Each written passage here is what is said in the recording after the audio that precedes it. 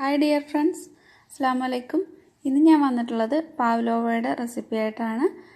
വളരെ ഈസി ആയിട്ട് നമുക്ക് ഉണ്ടാക്കിയെടുക്കാൻ പറ്റും. ഇത് ഞാൻ 2 മുട്ടയുടെ വെള്ള വെച്ചിട്ടാണ് ചെയ്തിട്ടുള്ളത്.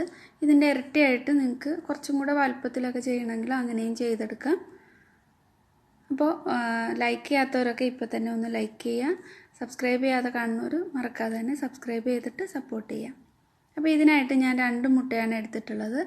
തണുപ്പൊക്കെ പോയിട്ടുള്ള 2 മുട്ടയാണ്. അതിൻ്റെ എഗ് യോക്ക് എടുത്ത് മാറ്റിയിട്ടുണ്ട്. അതിലേക്ക് എന്നിട്ട് ഒരു നുള്ളു ഉപ്പ് ചേർത്തിട്ട് ഒന്ന് ബീറ്റാക്കി എടുക്കാം.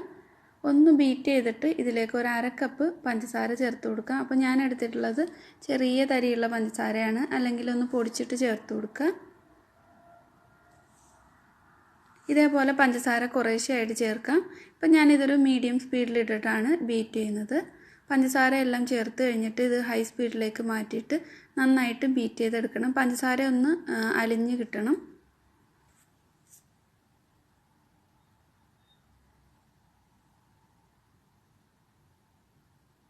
അപ്പോൾ നിങ്ങൾ എടുക്കുന്ന ബൗളൊക്കെ ഒട്ടും നനവില്ലാതെ നല്ല ക്ലീൻ ആയിട്ടുള്ള ബൗൾ എടുത്തിട്ട് മുട്ടയുടെ വെള്ള ബീറ്റ് ചെയ്താൽ മാത്രമേ നന്നായിട്ട് സ്റ്റിഫായിട്ട് വരൂ.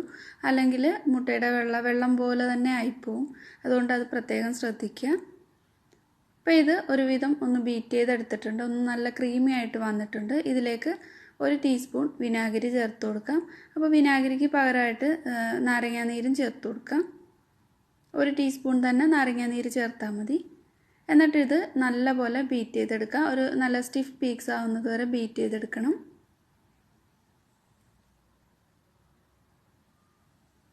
ഇപ്പോൾ ഇത് സോഫ്റ്റ് പീക്സ് ആയിട്ടുണ്ട്.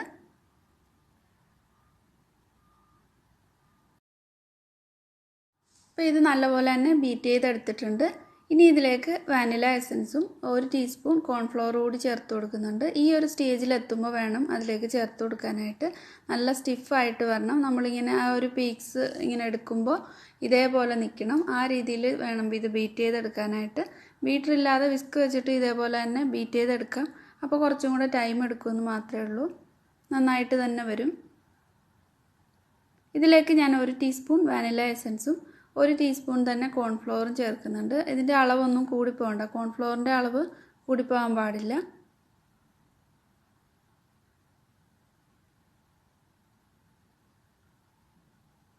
എന്നിട്ട് ഒന്ന് മിക്സ് ആക്കിയിട്ട് ഒന്നുകൂടി ഒന്ന് ലോ സ്പീഡിലൊന്ന് മിക്സ് ചെയ്തെടുക്കാം.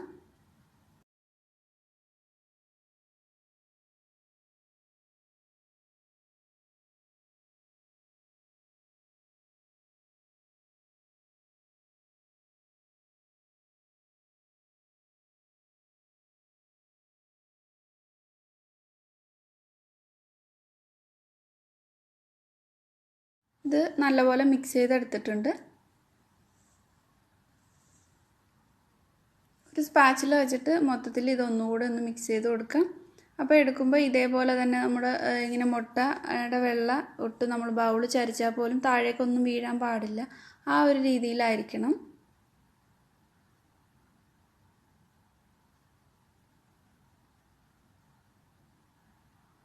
ഒരു ബട്ടർ പേപ്പർ റൗണ്ടിൽ കട്ട് ചെയ്തെടുത്തിട്ടുണ്ട്.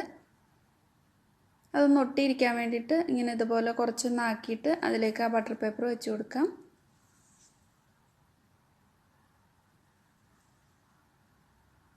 ഇത് പ്രത്യേകിച്ച് ഒരു ഷേപ്പിലൊന്നും ആക്കേണ്ട ആവശ്യമില്ല. ഒരു റൗണ്ടിൽ ഇങ്ങനെ വെച്ച് കൊടുത്താൽ മതി. എന്നിട്ടൊന്ന് ചെറുതായിട്ടൊന്ന് സൈഡൊക്കെ ഒന്ന് ഷേപ്പ് ചെയ്ത് കൊടുത്താൽ മതി.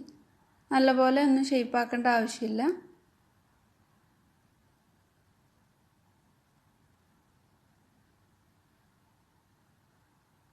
അപ്പോൾ നിങ്ങൾക്ക് കുറച്ച് വലുപ്പത്തിലൊക്കെ ചെയ്യണമെങ്കിൽ ഒരു 4 മുട്ടയൊക്കെ എടുത്തിട്ട് ചെയ്താൽ മതി. ഞാനിപ്പോൾ ഒരു ചെറിയ രീതിയിൽ ചെയ്തെടുത്തിട്ടുള്ളതാണ്. ഒരു 6 ഇഞ്ചൊക്കെ വലുപ്പം മാത്രമേ ഞാൻ ഈ ചെയ്തിട്ടുള്ള 2 മുട്ടയുടെ വെള്ളം കൊണ്ട് ആ ഒരു വലുപ്പത്തിലാണ് ചെയ്തിട്ടുള്ളത്.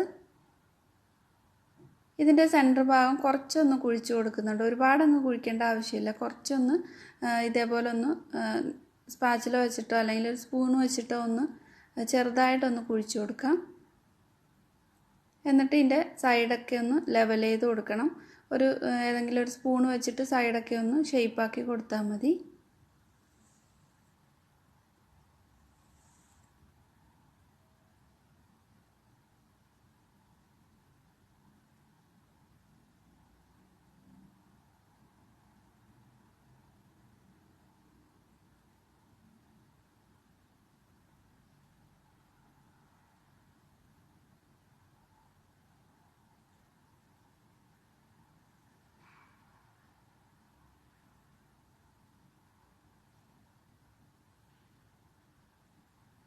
അപ്പോൾ ഇത് ഞാനൊന്ന് ഷേപ്പ് ചെയ്തെടുത്തിട്ടുണ്ട്. ഒരു ഫോർക്ക് വെച്ചിട്ട് ഇതിൻ്റെ സൈഡ് ഒന്നുകൂടി ഒന്ന് നന്നായിട്ടൊന്ന് ഒരു ഭംഗിയിലാക്കിയെടുക്കാം.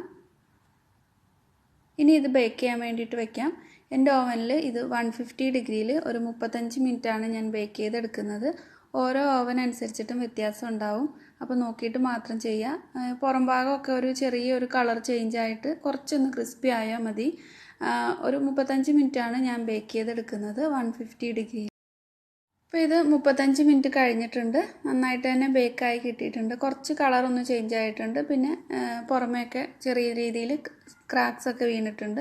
അത് നമ്മൾ മുട്ടയുടെ വെള്ളമൊക്കെ ബീറ്റ് ചെയ്തിട്ട് ചെയ്യുന്നതല്ലേ. ഈ ഒരു പവ്ലോവയിൽ അങ്ങനെ ക്രാക്സ് വീഴാറുണ്ട്.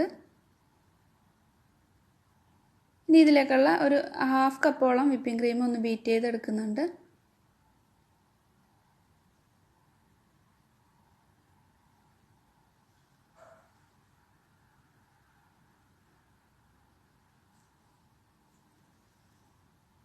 അപ്പോൾ ഇതിൻ്റെ ചൂടൊക്കെ പോയിട്ടുണ്ട്. ഇതിൻ്റെ ആ ഒരു സെൻറ്റർ ഭാഗം കുറച്ചൊന്നൊരു സ്പൂൺ കൊണ്ടൊന്ന് തട്ടി കൊടുക്കുന്നുണ്ട്. ചെറുതായിട്ടൊരു ഒന്ന് പൊട്ടിച്ചെടുക്കുന്നുണ്ട്. മുകളിലായിട്ട് വിപ്പിംഗ് ക്രീം സ്പ്രെഡ് ചെയ്ത് കൊടുക്കാം. ഞാനൊരു ലൈറ്റ് പിങ്ക് കളർ കൊടുത്തിട്ടുണ്ട് വിപ്പിംഗ് ക്രീമിന്. അപ്പോൾ ഇതേപോലെ ഒന്ന് ഒരു പൈപ്പിംഗ് ബാഗിലാക്കിയിട്ട് ഒന്ന് സ്പ്രെഡ് ചെയ്ത് കൊടുക്കുന്നുണ്ട്. ഒരു സ്പൂൺ കൊണ്ട് ഇങ്ങനെ ഒന്ന് ഇതിൻ്റെ മുകളിലായിട്ടൊന്ന് സ്പ്രെഡ് ആക്കിയാൽ മതി. ഇനി ഇതിലേക്ക് നമുക്ക് ഇഷ്ടമുള്ള ഫ്രൂട്ട്സ് ഒക്കെ വെച്ചിട്ട് ഇതിൻ്റെ മുകളിൽ ടോപ്പിങ്ങിനായിട്ട് വെക്കാം. അപ്പോൾ ഞാനിവിടെ ആപ്പിളും പഴവും ഗ്രേപ്സും ആണ് എടുത്തിട്ടുള്ളത്. ബ്ലൂബെറിയോ അല്ലെങ്കിൽ സ്ട്രോബെറി, മാങ്ങ അങ്ങനെ എല്ലാം വെച്ച് കൊടുക്കാം. നിങ്ങൾക്ക് ഇഷ്ടമുള്ള ഫ്രൂട്ട്സ് ഒക്കെ വെക്കാം. ചെറുതായിട്ട് ഒന്ന് ചോപ്പ് ചെയ്തിട്ട് വെക്കുന്നതായിരിക്കും നല്ലത്.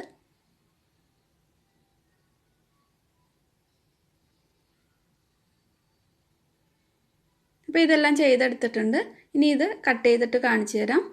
പുറമേ കുറച്ച് ക്രിസ്പിയാണ്, ഉള്ളിൽ നല്ല സോഫ്റ്റാണ്, വായിലിട്ടാൽ അലിഞ്ഞു പോകുന്ന രീതിയിലാണ്. അപ്പോൾ ഈ ഒരു പവ്ലോവ എല്ലാവർക്കും ഇഷ്ടമായിട്ടുണ്ടെന്ന് വിചാരിക്കുന്നു. ഇഷ്ടമായിട്ടുണ്ടെങ്കിൽ ഇപ്പോൾ തന്നെ ഒന്ന് ലൈക്ക് ചെയ്യാത്തവരൊക്കെ ലൈക്ക് ചെയ്യുക. നിങ്ങളുടെ ഫാമിലിക്കോ ഫ്രണ്ട്സിനൊക്കെ ഒന്ന് ഷെയർ ചെയ്ത് കൊടുക്കുക. പിന്നെ സബ്സ്ക്രൈബ് ചെയ്യാതെ കാണുന്നവരുണ്ടെങ്കിൽ മറക്കാതെ തന്നെ ഒന്ന് സബ്സ്ക്രൈബ് ചെയ്തിട്ട് സപ്പോർട്ട് ചെയ്യുക. അപ്പോൾ പുതിയ നല്ലൊരു വീഡിയോ ആയിട്ട് വീണ്ടും കാണാം. Thank you.